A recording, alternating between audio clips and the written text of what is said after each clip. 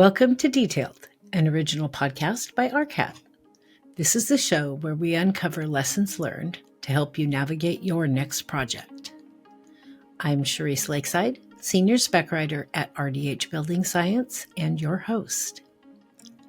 My guest today is Andrew Burke, Principal at Soderstrom Architects in Portland, Oregon. With over 25 years of experience, Andrew leads the design effort on higher education projects focused on sustainability and placemaking on campus.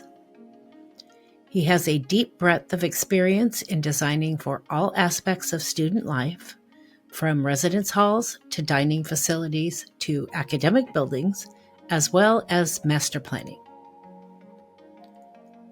Andrew believes that well-designed buildings do not merely enrich the quality of students' education, but also contribute to the health and growth of the university. He is a member of the American Institute of Architects and the Institute of Classical Architecture, which is a new one to me. The project we are going to talk about today is the George Fox University, or GFU, Medical Sciences Building in Newberg, Oregon. The building is a 3-story, 42,000 square foot off-campus hub for the physical therapy and physician's associate graduate programs of George Fox University. It is wood-framed with a facade consisting of 3 varieties of brick veneer to create visual interest, pattern, and texture. The corners are accented by brick quoins designed to complement the architectural styles found in nearby downtown Newberg's historic core. Now, let's get into the details.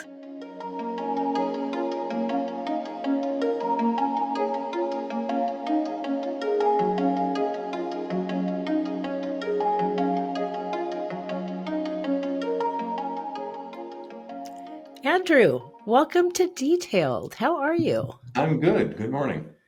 How's the, well, let's see. You're here in Portland, right? I am. You are. So loving this hot weather? No. No. I have a 1923 house in Southeast Portland, and far as I can tell, it was originally radiators, which means it has no ducts. And without ducts, there's no way for me to have attached air conditioning to it. So generally for about a week or so each summer, I just really suffer. I can relate. I don't have a 1923 house. I have a 3-story townhome in Forest Heights, but there is no air conditioning. And I get full sun for probably about 10 hours every day on the backside of my house. So I live in my bedroom/office where I have the one air conditioning unit in the house when it gets hot. I'm going to have to do it. We used to have a very tall oak tree that shaded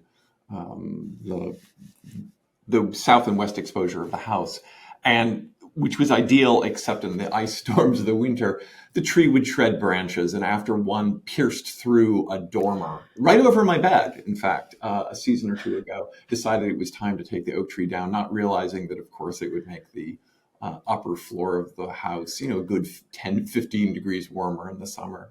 So I'm going to have to do something. But so, yes, aside from the 100-degree weather, I'm very good. I'm glad to hear that. Well, I'm pretty excited to talk to you today, especially because I get a little bit more than my fair share on this podcast of some Portland hometown architects because I know people here. So it's easier to strong arm them into having to chat with me. But I love talking about our projects here. So let's get started. I like to start with an icebreaker question. Just warm us up a little bit and have everybody get to know you a little bit better. So my question for you today is, what is something that you have done that really intimidated you, but paid off in the long run? I'm certain that it's some sort of social setting. One of the ways in which I think being a principal of a firm is obviously different, and there are numerous ways, is that you become the face of the firm. And you have to get into the habit, without letting it go to your head, to recognize that they're going to be, and since we're talking about Portland, so for instance, Soderstrom has had a relationship with the University of Portland for years and years and years. We've done a large number of the buildings over the past quarter century or longer. And it's recognizing that part of the job, and it's intimidating, is to say, well, there are people who I'm just going to have to go around and introduce myself and shake hands. And on the whole, they're happy to meet you. But there's at least for those of us who are, somewhere on I'm not necessarily introverted necessarily, but I'm not an outright extrovert. And finding that part of the role, it's intimidating at the outset, and yet you sort of walk away sort of feeling very pleased with yourself that you're able to break through your own natural reserve and make connections with people.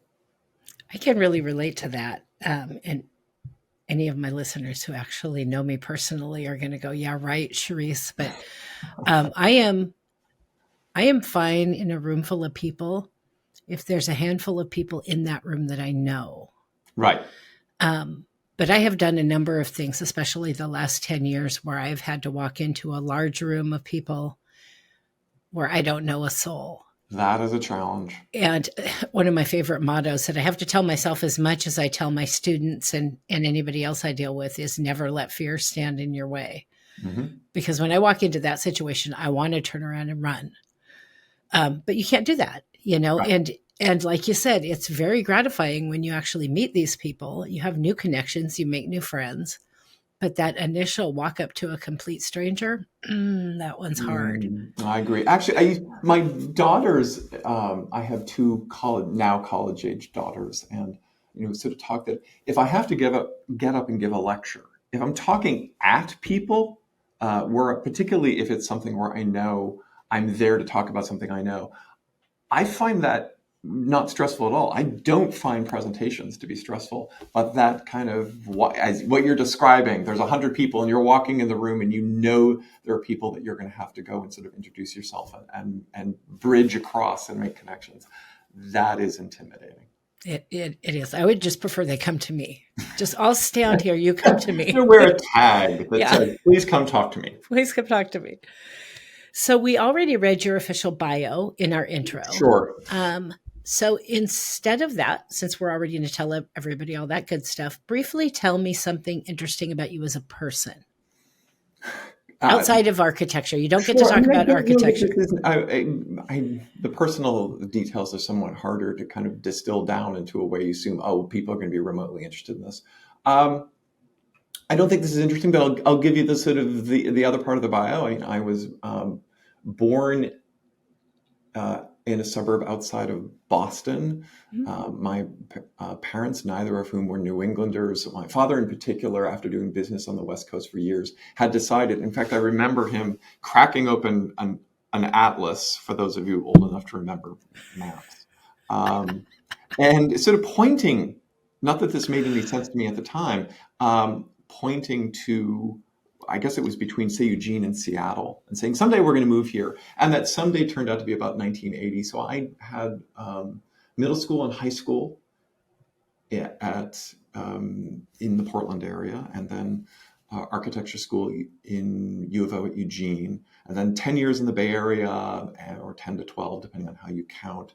A year flyer off North Carolina because there was an architect whose work I thought was interesting, and I ended up being so to say, well, if you'd like to come out and work for me. So I was in North Carolina, and then the kids were old enough at that point we had to decide where we were going to raise them. So we came back to Portland, and I've been back for approaching 2 decades again. So not interesting, no, but that provides a little. I've had the advantage of living. I've got thumbtacks on a lot of corners of the map. I think that just like in the work that we do in our industry, I think that's valuable. I've worked in 4 different disciplines during the course of my career, and that's been a game changer for me in how I look at everything that I do. You cross from architecture over to MEP engineering, and it's a completely different lens, and construction, and now building science. I think it's the same with moving. My youngest son lives in Boston, by the way. I don't hear any Boston in you at all. I don't hear the Boston in the way that I you think speak. I had it when I was young. When I moved out here, I'm sure I had a bit of the Boston accent, but if it was there, it's certainly gone now. Yeah, we Pacific Northwested out of you. Yeah, Let's talk about this project. sure. So the information that you sent me stated that a challenge facing the design team was how to provide a high quality academic environment at a construction budget competitive with speculative developer built office space. Yep. I found that to be a very interesting statement because I have worked on both medical projects and Hmm. developer built office spaces, which are like two different worlds. Absolutely. So, and I know medical buildings can get really expensive really fast because anything to do with medical, because there's a lot of special needs in a building like that. Yes. Tell me a little bit about how you face that challenge.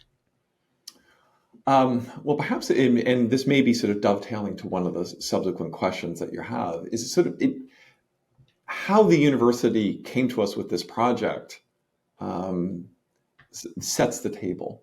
And we've had a relationship with George Fox University for ongoing for approaching about a decade. And this is a project that they had on the back burner. We periodically talk about it, and the size of the building would sort of grow and get smaller. And it was on different parts of the campus. And then there's some property they controlled north of campus that they were thinking about. But the driver was that George Fox, like most private regional universities, is looking to, where are the students coming from? Where can we make sure that we are, if nothing else, stabilizing our enrollment? And a lot of that is recognizing that there is an increasing demand. I mean, nursing, for example, nursing and allied health professionals. There has been over the last handful of years an unmet need, a strong demand in the marketplace for nurses, physical therapists, in this case, a physician's assistants. Actually, it's now called physician's associate. The PA, it's the same acronym, Right. as the A is different, and I have to remind myself how it changed. Um,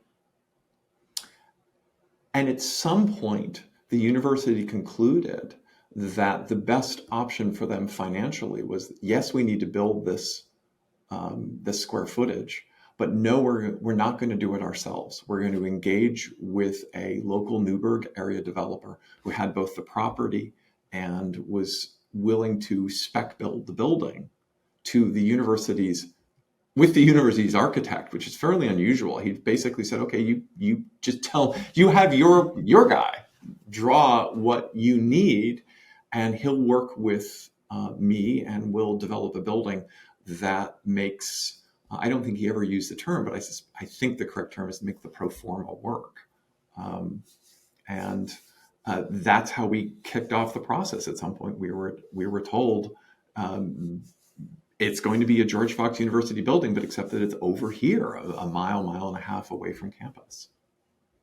It's an interesting relationship, but it makes sense. And I love that the developer said, hey, use your guy, Right. because I think that's the best model. You want your architect to be working with your owner to make sure that those needs are met. But yeah, so somebody else is going to hear that and say, maybe that's an option I could look at Right. on another project.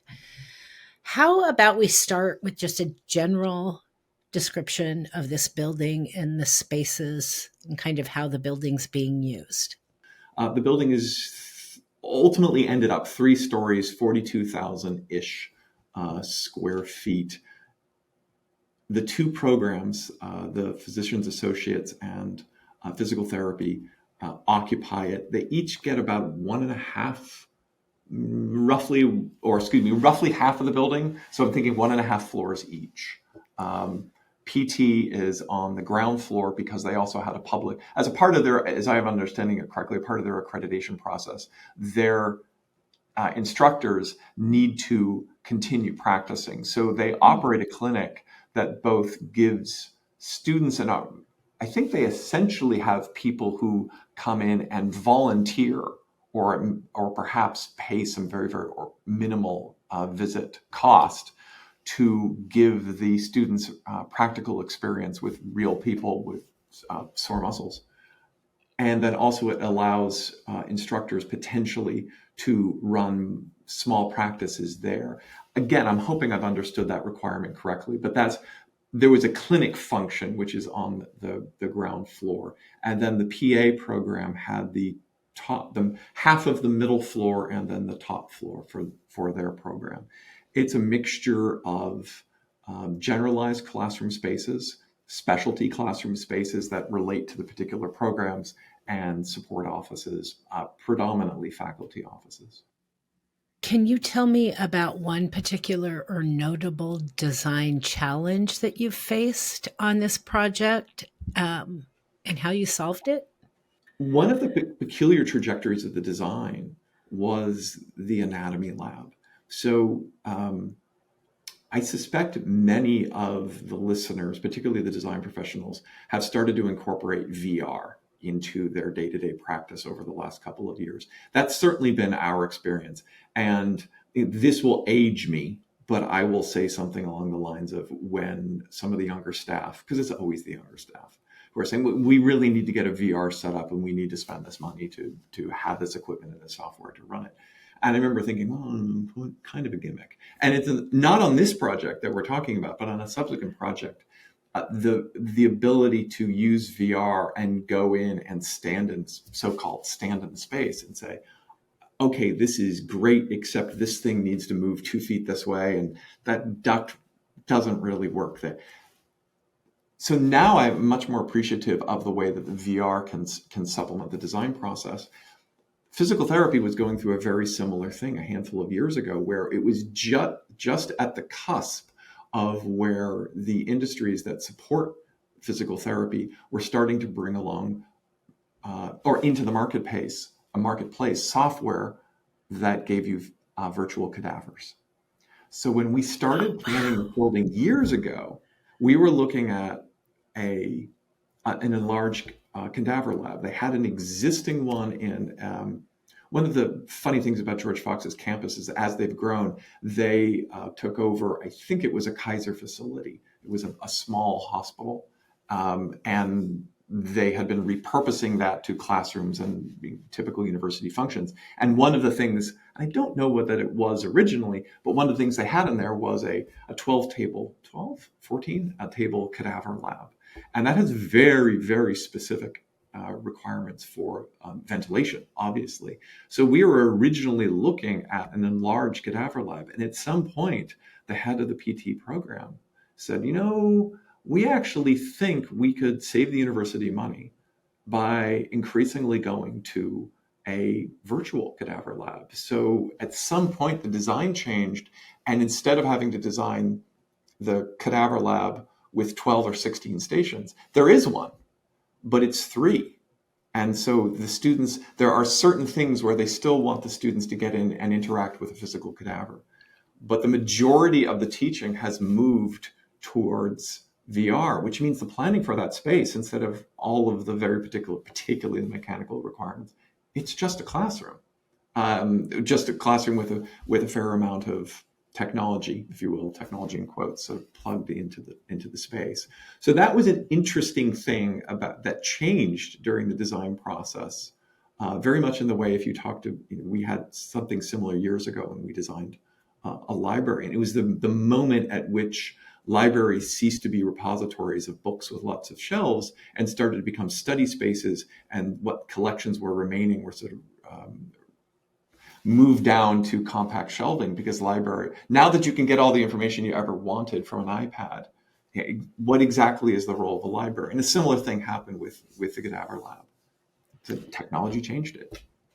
I love that happened to be your answer, because I was looking over my notes this morning and it's like, I forgot to put in a question about this anatomy lab and cadaver lab. Yep. And this whole VR thing. And so I was just going to find some really good spot to go down a rabbit hole and say, wait, surprise question. I need to know more about this. And you just took care of that for me. And Okay, that's, well, I'm glad we knocked that out early. yeah, well, I appreciate that. Thank you for reading my mind. But I get it. I remember I used to work for Anchor Moisen Mm-hmm. in Portland, and they were beta testing some VR, AR stuff for a major software company that I don't know if I'm allowed to say it, so I'm not going to. And I got to play with it, and I was just mind blown.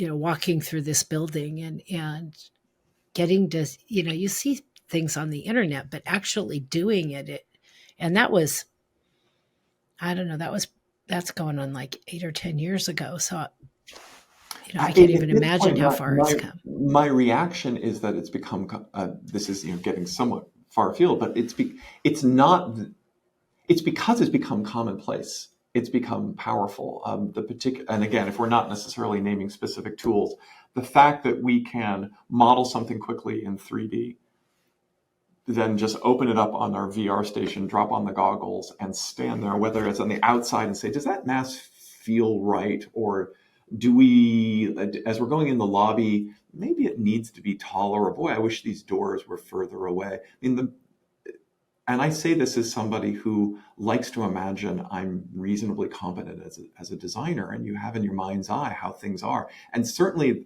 projects in the past, no matter how many drawings I did or how many models we built, there were always moments where you walked in and go, didn't expect this. The reality is different. And that was always the challenge of architecture, is you only get to build it once. You always wish that you could design it once to see how everything works. It's like, okay, that was the test run. Oh, sorry about the noise. That was the test run. And now we're going to build it for real, because we've kind of teased out what works and what doesn't. And but you only get, that one run at any given project. And the VR allows you to test things to a surprising degree before you're ever putting a spade in the ground to start moving dirt. And that's the thing that I think is so fantastic. I'm not a very good person. I'm a spec writer. I'm not a very good person at visualizing. I struggle with this, just silly things like decorating my own house. Right. I think I have an idea of what I want. And then I go get it and put it wherever I want to put it. And I'm like, no, that looks stupid. And it's always different. It's always bigger, smaller, different color. Yeah. Right. I have a hard time, whereas one of my really close friends, she just puts the most amazing things together. And she has this eye that I will never have. Mm-hmm. And so having something that's becoming commonplace, where maybe regardless of what you're doing, you can visualize something before you actually do it, I think it's just a game changer in a lot of arenas, not just architecture. I would agree. And I think as in the industry, you use the term game changer, or people, it's one of those catchphrases that gets thrown around. And my take is that VR, the ability to take the team, and admittedly one by one, and have people be in the space and start to approximate the experience of users, is a really remarkable and unprecedented change in the way that architects can design. A true, actual game changer. Yes. Instead of just everything is a game changer. Exactly. I'm going to throw a surprise question at you, because I just realized I didn't put this question in here, and I always ask this question. Can you tell me a little bit about both interior and exterior, some of the material choices that you chose for this building? Sure. And this may, again, tie in with a question you'll ask later. So let me explain how we ended up with the character of the building, because I think anytime an architect designs, that's one of the questions, whether they state it explicitly or not, is somewhere in the back of their mind. What is this building like? What is it? Am I fitting it in with the adjacent context? Or maybe I don't think the adjacent context matters that much one way or another. I mean, there are some judgment calls that the architect makes based on his or her design preferences and their own attitudes towards what they do. But in this case, we knew from the developer that we had a very constrained site. It was already, the building was kind kind of locked into being. It wasn't going to be an extended L. It wasn't going to have a lot of parts. It was going to be a box. And then the question became fairly quickly, well, how do we decorate this box in a way that makes it fit in with, from our point of view, make it somewhat fit in with the character, not of the neighborhood, because the neighborhood is sort of an unusual mixture of, there were some apartment buildings, there was a retirement community nearby. The hospital is maybe a half mile up the road to the west-ish. So we ended up on a kind of a fanciful idea that the building was a misplaced or mislocated part of Newberg's historic core. Because Newberg, like a lot of smaller Oregon towns, has lovely late 19th century and early 20th century buildings, some of which have survived. I suspect there was more years ago. And we just arrived at this idea that we could do something that was somewhat traditional in appearance, or rather traditional in appearance, bricky, with tall, narrow windows, and the windows would have the appearance of traditional muntins, the bars on a sash. And that fit in with a whole bunch of other decisions about which we can talk about in more detail, about how we handled the building structurally, what were the thoughts about the cost of construction. It sort of dovetailed with some of our sustainability goals. But it started with that idea of like, well, what if we pretend that this building is an older Newberg building that just happens to be a mile away from the historic core? It's funny because I was thinking when I was looking at the pictures, and I'm from Portland, so of course I'm familiar with Newberg. Mm-hmm. And when I looked at the picture of the building, I thought, okay, so that probably makes sense on campus, but this isn't a building going on campus. The project description says it's, a mile away or wherever it is. And so I was really curious about where, because I didn't know where exactly it was. I just knew it wasn't on campus. Well, because it looks like a building you put on a college campus. It also looks like an institutional building, or meaning a building for an institution rather than, say, a commercial office building, even if it had been a commercial office building from 100 years ago.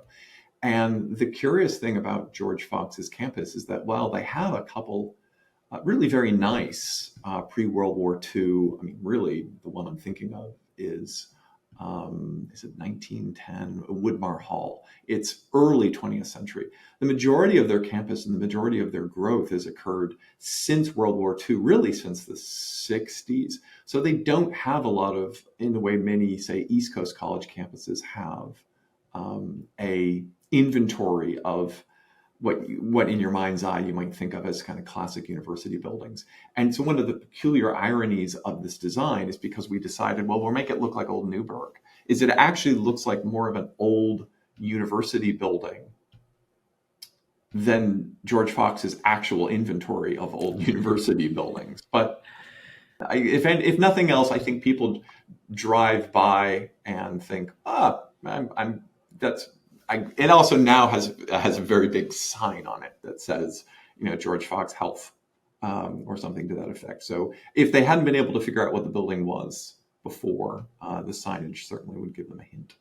Well, I think that was a fantastic solution, because I don't know that in that particular part of town that I happen to be familiar with, a newer,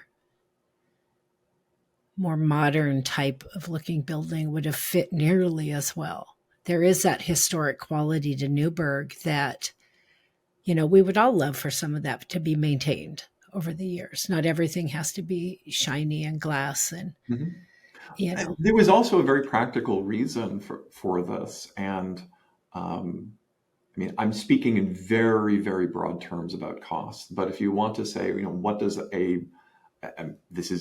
it's Portland numbers, other parts of the country, your mileage may vary substantially. But when we were thinking about what the cost of brick cladding is, let's say it's $32, $34. It was less when we did the building, a square foot. And a window, in this particular window manufacturer, and this is just an aluminum clad wood window, let's say is it 70 to 80 a square foot? So certainly more than brick. But if we're talking vast areas of curtain wall, that's north of $100 a square foot. And certainly the developer, and I don't want to give the impression that the developer was driven entirely by cost. He was an absolutely lovely human being to work with, and a pleasure from front to back. But he also was very cost conscious. And so there was no solution for this design that were going to be large areas of glass, curtain wall solutions, which would have also necessitated more complicated and thus more expensive structural solutions. The building is exterior wood frame shear wall construction. And each of those panels in between the windows is a part of the shear solution, because Oregon is a seismic part of the country. And it was the developer's direction that he wanted to, for maintenance reasons, have a brick-clad building. He didn't want to be in a position where he was looking at repainting. From his point of view, he was, the brick is essentially maintenance-free for as long as he imagines he's going to be owning the building. And so he directed us to do brick. That and that fit in with our idea about the sort of historic quality of the design. And that mass needed to be accommodated somehow with the shear wall construction behind it. So we weren't really going to have that many windows to begin with, and the windows needed to be sort of relatively narrow. So to get light into the space, that makes them relatively tall. Well, a tall and narrow window is a rather traditional looking window. Right. So you ended up back sort of where you started. Well, it sounds like a win-win situation, though. I mean, these days, what project don't we have to be cost conscious at every step? I mean, we always have had to be, but, things for a while now have been volatile with COVID and everything, lack of skilled labor. There's all kinds of issues in the industry that drive costs way up. So we have to monitor every penny these days in a way, at least in my career, we haven't had to quite that level. In the past. I agree with you. The last couple of years and any architect who says that they understand, costs, at least from my perspective, they're always getting into dangerous waters because we're far too optimistic. Sure, we'll be able to afford that.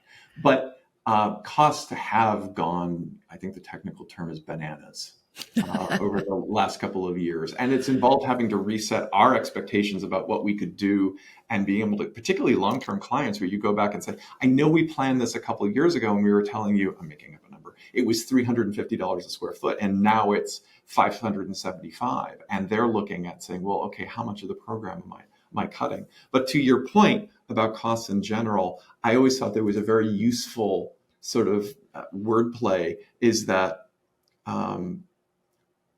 very, very few of us have architectural patrons.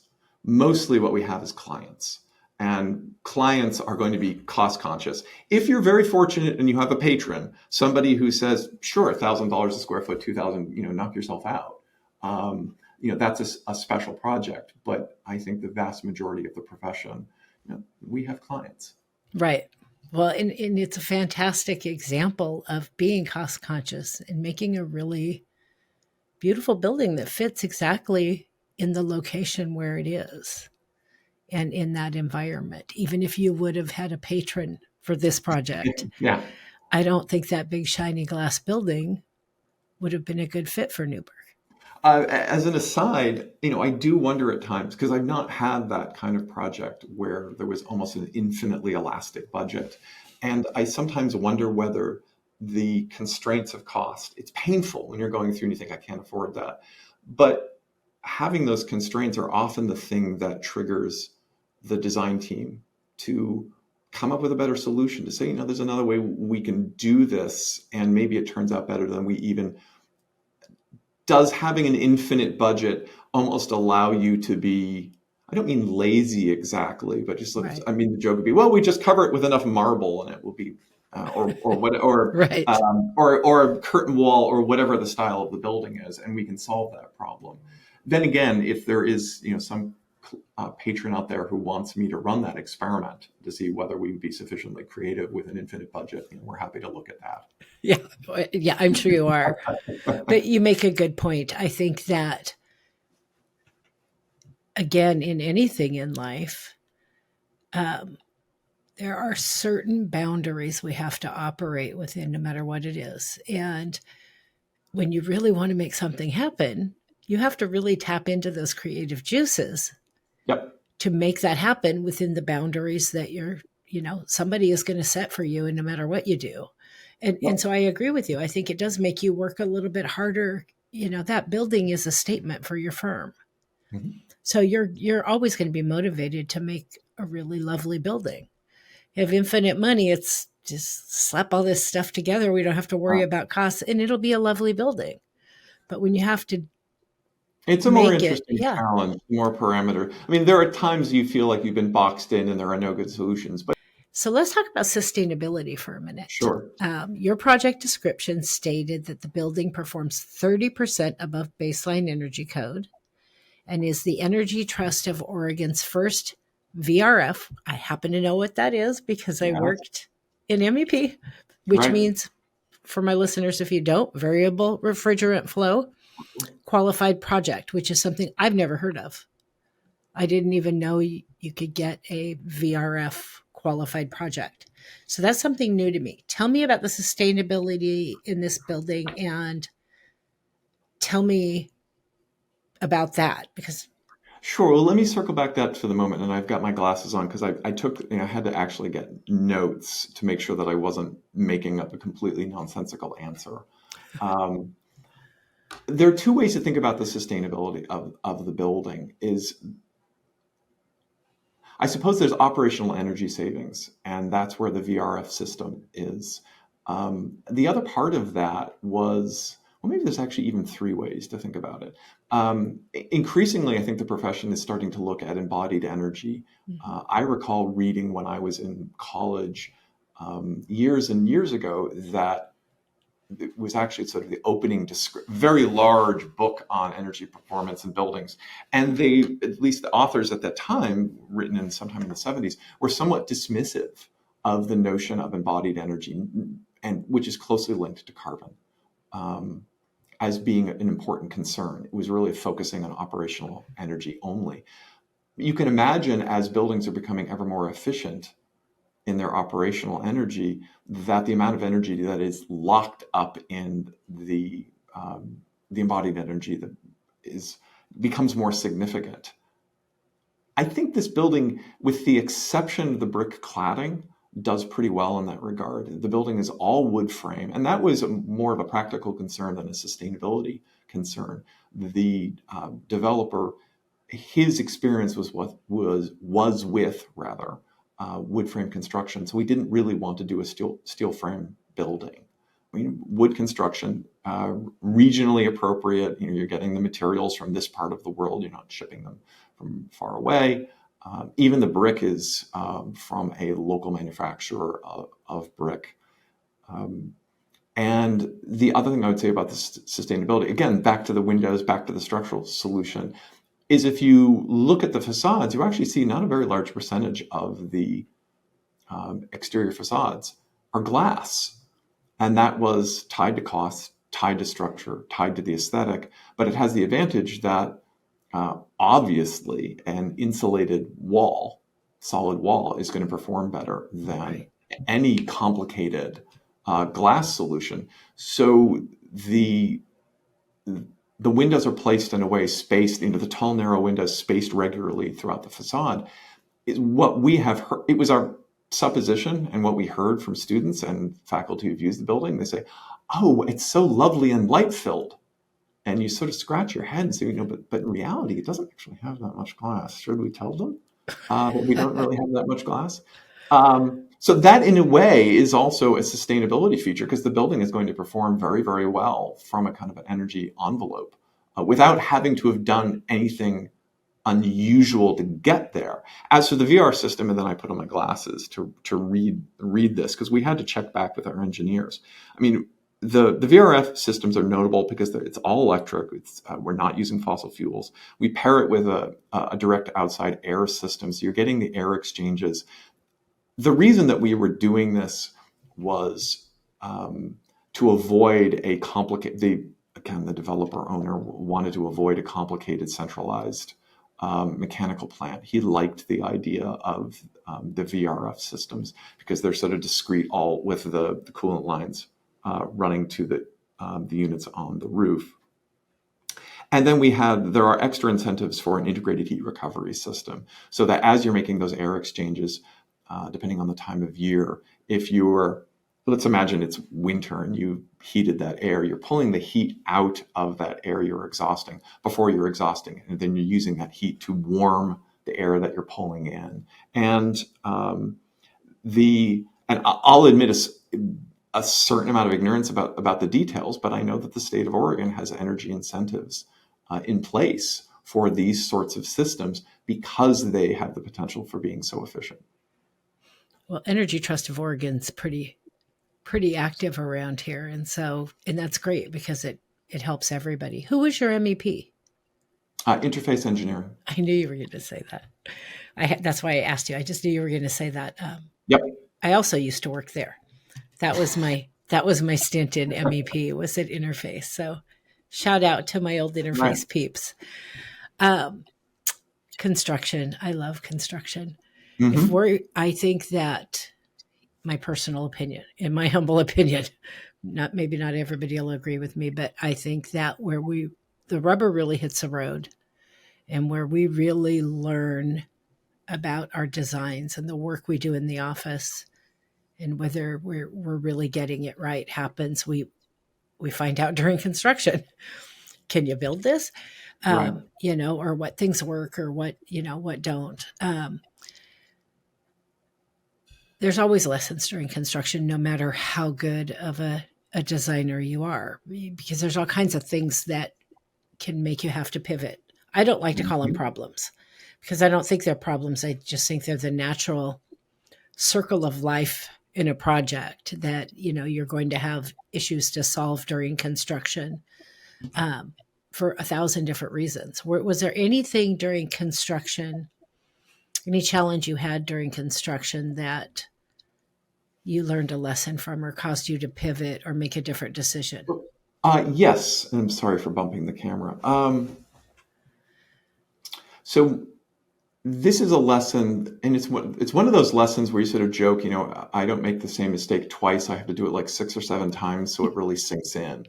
And the lesson in this case was, if you are asking an owner to spend more money on something, you have to be really clear whether they see value in the thing that you are asking them to spend more money on. And, architects can be a peculiar bunch where they are sort of really excited about some, and I'm not trying to be unkind, but some sort of fussy architect-y thing that other professionals will see, but the vast swath of humanity will walk by and go, hmm. And so we had drawn this building mainly because it's habitual. We had used a modular brick, and which means that 3 courses, 8 inches in height, and nominally 8 inches wide. So it means that the brick fits whether you're 1, 2, 3 or 1, 2, 3. It makes doing things like soldier courses and belt courses and little brick details really easy to work out because the brick you just rotate it around and it fits in both directions. Except that when the mason comes back and says to the owner, by the way, I can save you, it was either 6% or 8% or whatever the number was on the contract.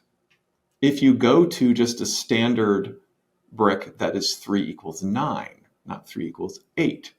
So the owner turned to us and said, because the contract's a fairly large amount, one of the bigger dollar items on the entire job, and says, can we do that? Why shouldn't we do that? And so we were suddenly looking at, you have to start thinking about, well, the windows are all designed to fit neatly within the brick module. We're not changing the horizontal spacing of anything because the brick is still 8 inches. But all of those heights as they stack up are now all different by some minute dimension. And this was happening when, if I'm remembering correctly, had framing already started when this number came in? That I'm not sure about. But either way, we had to scramble and see how much of our rough openings we had to adjust. And then circle back with, it didn't really affect the window costs because you're adding, say, an inch of height here or there. But the challenge is that we had to redraw the facades completely while the building was under construction under a completely new module. And it got more complicated because if you're thinking about a soldier courses over the windows, those now are still on the 8-inch module because they want to align to the 8 above. So we actually had all over the facade, all of a sudden, we had about 9 different kinds of brick. And am I allowed to say the local manufacturer? Sure. So if it hadn't been, Mike Baker at Mutual Materials saying, good friend of mine. Yeah, okay, so you know Mike. Mike. Yeah, Mike and I go back almost 20 years, and the number of times that I've had to call him and say, I'm having a problem, and I'm wondering whether is there any way that you can get me out of this dumpster fire I've created for myself. And he was able to really tell the mason, look, we're going to give you the bricks, because there were already 3 bricks on the facade. There was the main brick, there was the contrast bricks that were at the heads and some of the trim pieces, and then there was also a field brick above the stone core, or actually it's precast course, that was a rug cut, so it was the same color but different texture. And now all of a sudden we're adding different sizes into this mix. And Mike had to reassure the mason, was like, no, we'll deliver this to you in a way that is completely logical and it's no additional cost, and we'll just set. And it calmed the mason's concerns, because for a while there, the mason was saying, because we were trying to preserve the aesthetic, but also give the owner the savings. So it ended up at the end of the day with the participation of the manufacturer. We were able to basically deliver the design idea in a way that no one could ever tell the difference. So that was going to tie in with one of my things I would say to young architects, is that there's a tendency to see these things as really bad news, whether it's in the design process or it's under construction and something has happened. And you need to recognize that you can be flexible, and there are times that you probably can come up with a solution, and also being very clear about, am I solving something? Am I worrying about something that people will really see and experience? If the answer is yes, fight for it. But if it's something that is just in the bucket of sort of, at least from my point of view, sort of fussy things that architects worry about, maybe you can give on that a little bit. And this is probably an apocryphal quote, but I like to believe it's true, that Steve Jobs of Apple once said that every interaction that you have with people is either a deposit or a withdrawal. And what you want to be doing is in your relations with the owner and your relations with the contractor, making as many deposits as you can, so that when you need to make a withdrawal, there is goodwill and flexibility on the other side, so that they're willing to work with you. Because if we hadn't had, a Mike Baker at Mutual willing to go to bat for us, if we hadn't sort of took the stance that the mason, just because they were proposing that change, they weren't in a sense our enemy in any way. They were just trying to save the owner some dollars. And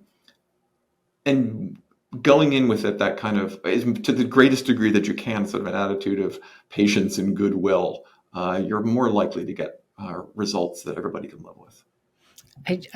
I love that quote. I've never heard that particular I'm quote of his before. I'm wondering if it's real. Well, these days, if you whether saw real it on or the not, internet, yeah, it's good. But there's another really important thing you said that I feel is a lesson. I'm actually doing a presentation on this next month for the Air Barrier Association, is utilizing your manufacturer's reps. Who's the expert on their product? It's not you. It's not me. Oh, absolutely. I'm a spec writer, and all I do is deal with products all day. I'm not an expert on any product. I'm an expert at asking the right questions. Right. Well, I'm not expert in anything. I hate that word. But I don't think we give enough, number one, respect to our manufacturers' reps. I remember very vividly, and I'm forgetting the weather barrier, which was, I wish I could remember the manufacturer, but the manufacturer's rep who is somebody that I know of. I had not met, and I may have only met him in passing. And the developer owner would say, well, he's going to be coming out. And my attitude was, this person was again, I'll tell you if I'm allowed to say who because I thought of I think it was Fortifiber. And the manufacturer's rep for Fortifiber was there and saying, if you do it this way, we are okay with the installation. And my attitude was, I suspect that these people know the performance of their product far better than I do. And if that person is putting their word behind it, I sleep better at night, knowing that the manufacturer's rep, somebody who really is, whether you're uneasy about using the word an expert, is vastly more knowledgeable about that particular product and its installation than I am. And if they stand there and say, if you do it this way, you're going to be good. Should I'm probably good listen to that. Absolutely. And it's also one of the things about sort of, being somewhat conservative with a small c in your technical detailing, and recognizing that a lot of industry standard practices exist. Doesn't mean you should accept all of them, but a lot of them exist because they are good practice that have evolved out of decades of seeing how things go sideways. Preaching to the choir. I'm having way too much fun with this conversation. Okay, good. Looking back on this project, what wisdom did you gain from this project? What was this project's biggest lesson for you that you will take to the next one? If, say, tomorrow I called you and said, I want you to do the exact same thing for me, what would you do different? I do think we would take another look at the structural system. I think we stretched some of the aspects of the wood framing a little harder than we might ordinarily have done. And I'm wondering if there was some sort of hybrid wood steel solution that would have been just as cost effective, that might not have had some peculiar, but there's a lot of wood in those shear walls. I mean, it starts to feel a little bit like a log cabin. You've got so much solid wood. But I think the larger point, and it's one that I talk about with the team frequently, is spending money where people can see it. And this is just my hypothesis. I don't have a lot of data to back it up. Is I wonder, because again, the way we architects attack design problems, where we're doing plan sketches and we're doing models and massing, there's a tendency to generate fairly complex shapes, and those complex shapes result in, if you think in, let's say hypothetically, lots of complicated roof connections, and you're spending money up on the roof on flashing, because as all of these shapes are coming together. And because we actually had a more complicated and articulated version of the box in the early sketches, and the developers, his answer was, yeah, that's fine, but could you take those out? I just want the roof to be a simple mansard all the way around. And so we had to and I'm not suggesting minimalism necessarily. I'm just suggesting simplicity, that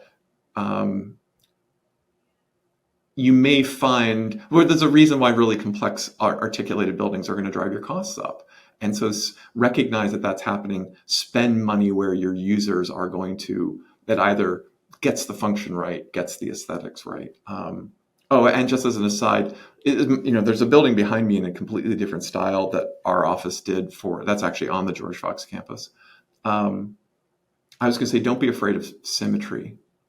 Because it's something unusual, to have. We just sort of at some point said, the plan lays itself out better if we just put the door in the middle. And there's no feature stair. It's just, the stairs, there's just two stairs, one at either wing of the hallway. So simplicity, symmetry can be fine if it's the right building, and reminding yourself to design for your, I don't want to sound remotely preachy, but designing for the clients. I mean, at the end of the day, this is something that I've said in meetings, and I don't know how it comes across, is that I don't view our clients as hiring us to design our buildings. We're kind of, I like to think we're designing the buildings that they're their buildings. At the end of the day, we're gone. I mean, and so what they're hoping we do is that we bring our expertise to do the best version of the building that they want, not the building that we necessarily want. And that's a subtle and gray distinction. And I'm not trying to suggest that architects are always guilty of it. Sometimes we can be. Well, I think it happens quite a bit. Yeah. And I don't, again, my personal opinion, I don't think that simple is in some cases less beautiful. Right. I am not. I mean, I've seen all kinds of buildings, and there are some of that really that crazy detail and ornate things all over a building is beautiful. Sometimes I find it ridiculously annoying. Right. Especially if it doesn't fit the form and function of what that building is. It's like somebody had money to throw away and put all this ornamentation. I'm a fairly simplistic person in how I live my life as well, though. So I love those clean lines and big open spaces and not a lot of ornamentation. But you're right. At the end of the day, it's your client's building. It's not yours. You're there to offer. Yeah, this building behind me, I apologize for interrupting, is fine. Is that this is on the George Fox campus, and I'll name the other architect, is that they, Hacker Architects in Portland, which you would know, had designed what I think is a really lovely dining hall, and it was in a kind of a glulam, Northwest modern, very clean, actually a somewhat simpler expression than this building. And so we viewed the design task as furthering that aesthetic for the client. The client didn't ask us to do this exactly, but we still framed it in terms of, okay, well, they've got this lovely thing by this other architect that we admire. Okay, we're going to do some building that has a family resemblance to it and extend it. So it isn't necessarily doing exactly what the client is asking you to do either. It's not, but it's still, we didn't pick this necessarily because we wanted it, although we like it. I mean, we did it because it was a kind of an attitude towards responsibility or appropriateness of context. And again, all of those things kind of group together. Well, the language doesn't quite capture it. I think it's a thing that everybody in our profession just needs to remember at the end of the day. You're bringing your expertise to the table, and that's valuable, and you need to share that and your ideas with your client. But at the end of the day, it is the client's building, and it's their needs. And as long as that stays forefront, I think we end up with some great projects. Yep. So before I get to my 2 quick closing questions, I have to ask you, what's going on with Soderstrom? What can we expect to see? What are you guys working on? Tell me all the secrets. Give me the dirt. Well, dirt, no. Secret, sure. Okay. We have a project under construction right now on the Fox campus. George Fox is a faith-based institution, and they've never had a large chapel on campus. And it's Quaker, and I think as a part of the Quaker tradition, there may have been an unease, and I'm stepping out a little bit on a limb on that one. But for whatever reason, there hasn't been a dedicated chapel. So we are building a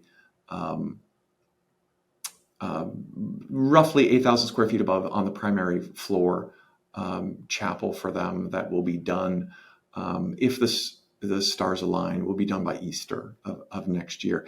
That has been a heck of a project because it was the passion of the president of the university. We also have, in a much more contemporary vein, we're working on a art and cinematic arts building as they're reallocating some space for their existing programs. They're creating a dedicated building that is adjacent to one interesting and one nondescript kind of post-war mid-century building. So it's in a kind of specific style to fit in with that corner of campus. We have a project that is ongoing for Warner Pacific. We're continuing to do some smaller work at University of Oregon. Plus, we handle some work for the archdiocese, well, really the individual parishes within the city of Portland. So lots of interesting things, large and medium sized, to keep us busy. So a couple of quick closing questions. So pretend you're going to have to really work hard at this. Pretend that I am a young professional, bright-eyed, fresh out of school and entering the architecture profession. Give me the 3 pieces of best advice I'm ever going to get that will start my journey off in this profession in a much better place than it would have had I not gotten this advice from you. Sure. So the first thing I would say is give yourself patience. And most architects, if we're talking about architects specifically, it takes a long time to get your feet underneath you. There is the adage about most architects don't know what they're doing until they hit age 40 as a minimum. And I sometimes think it's older than that. There's just so much to learn, whether it's construction technology or the legal aspects, how to run a business, improving your eye over time, understanding how to interact with clients and the sort of the social aspect of it, learning ever more about the history of architecture and how it applies to your given projects. You could go on and on and on. It's a tremendous amount for one person to know. And it's going to take time. And the thing that young architects find is for the last, depending on whether grad school or undergraduate, in the last couple of years, you've been asked your idea about some big project, your final project, to design a museum, and then you hit a desk and someone's asking you to organize the interior elevations for bathrooms. And you have to realize that, that's the first stepping stone towards mastering all of these things. And you have to be patient and give yourself time to recognize that school is not exactly the same, not even in some cases, not remotely the same as practice. And if your first job, this would have been good advice for me. If your first job is like, oh my gosh, all I'm doing is organizing RFIs, it gets more interesting, it gets better, and it gets more enjoyable the longer you're at it. The second thing I would suggest is a kind of humility. We talked earlier about the difference between sort of clients and patrons. The majority of the work that the profession does, and this is the broader profession, including engineers and builders, is that you aren't doing that iconic project that maybe gets a write-up in the New York Times. You're doing high school gym additions, and you're remodeling church offices, and maybe you're doing an academic building. And these things are all a little bit more background buildings to people's lives, and recognizing that the goal is to make beautiful, functional, long-lasting things that are going to serve people for the next 75 to 100 years. Because certainly as a sustainability goals, the most sustainable building is the one that sticks around for a century or more. You don't have to tear it down and replace it. So a certain kind of positioning yourself relative to your task. And then the last thing I would say is, as much as VR and computer modeling and tools that have emerged in the last decade or more are remarkable, invaluable, and as we talk, maybe even game-changing aspects, don't forget to draw. There's something that happens, the connection between the brain and the hand when you're sketching an elevation, when you're sketching a plan. And the number of young architects that I know that are sort of out in the office, who I think are talented and really, fantastic to have here. But I'll say, well, why don't you sketch that for me? And we'll just take a look. And there's a slight moment of like, yeah, we don't really sketch. It's like, well, no, you really should. Because I do think that I'm sure that there's a neurologist out there who could explain it. I do think that connections happen hand to eye that is different than mouse computer screen, me looking at that computer screen. So if you have your drawing skills, don't let them atrophy. If you haven't developed any, apply number 2, maybe a little bit of humility, and just say, that's something I should keep on working on. Anyway, it's a pleasure to sketch. At least that's been my experience. So how about that 3? That's funny that you say that, because I have a lot of friends that make fun of me because I still have a paper calendar, and I am not a person who's resistant to change or forward progress. I never have been. But there is something about writing. Yes. When I'm trying to work something out, I will often, maybe it's something for a presentation. I will often handwrite it. Number one, I remember it better for whatever reason. I think it's because there's so much information in front of me all the time. But there's just something about writing that is a different experience, like you said, with my brain and how I think through things. And I will often, I don't sketch anything. I draw like a toddler, but I will often, handwrite notes out to kind of work through an idea before I sit down at the computer and start working on whatever I'm working on, just to help through my thought processes. And it is different. So I can totally see how that would relate to drawing. And that's great advice. I'm not going to go become an architect, but that's great advice. So final question. Sure. Everybody on the podcast gets this one. As humans, we all hope that our actions or activities in this world make some kind of difference for somebody, that we leave some kind of impact. I know that I try to leave an impact on every person I meet in some positive way. And I call that my total world domination statement, my personal world domination statement, not taking over the world. So personal or professional, how do you as an individual want to leave an impact on our planet or on the people around you? What's your world domination statement? I had to think about this one last night, and I arrived at something that it's a personal statement, although I think it applies professionally. I think it's an attitude. So, my father, who's an engineer who passed away a couple of years ago, very, very bright man. I mean, he had mechanical engineer, electrical engineer, original degree aerospace engineering. He was always learning. And I recall asking him, and at the time I was probably in my mid-20s, Dad, what's the thing that you regret most in life? And I expected a different answer than this.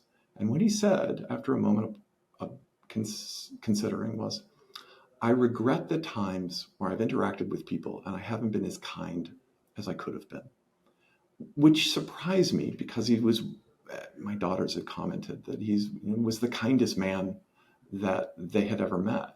But I think, at least for me, that kind of going with kindness in all the relations, and to extend it maybe in a place that I'm extending it as a metaphor that maybe doesn't quite work, is making the buildings do some of the same things to people.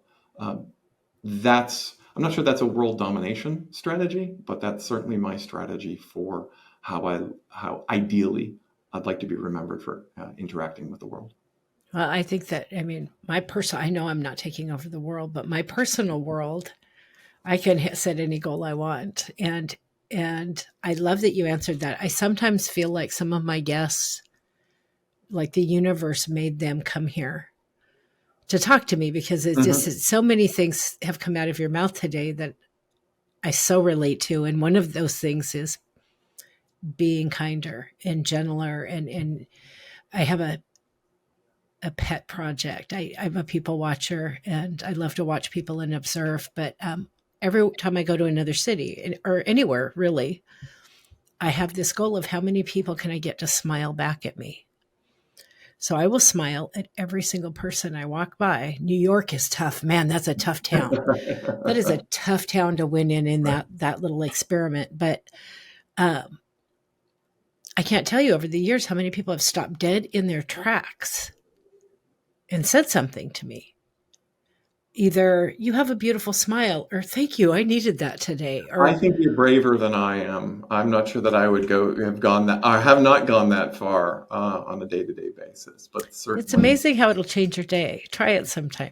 I'll give it a run. You have a homework assignment. Okay. Next time you're out walking the streets, just a casual smile and greeting at everybody you pass and see what happens. I will run that experiment and I will let you know. Awesome. Andrew, thank you so much for coming today. This was fantastic. You know you're going to be back because we're going to have to talk about that chapel. Okay. I look forward to it. Okay. Well, thank you so much. I appreciate you taking the time. Yep. It's great. Thank you.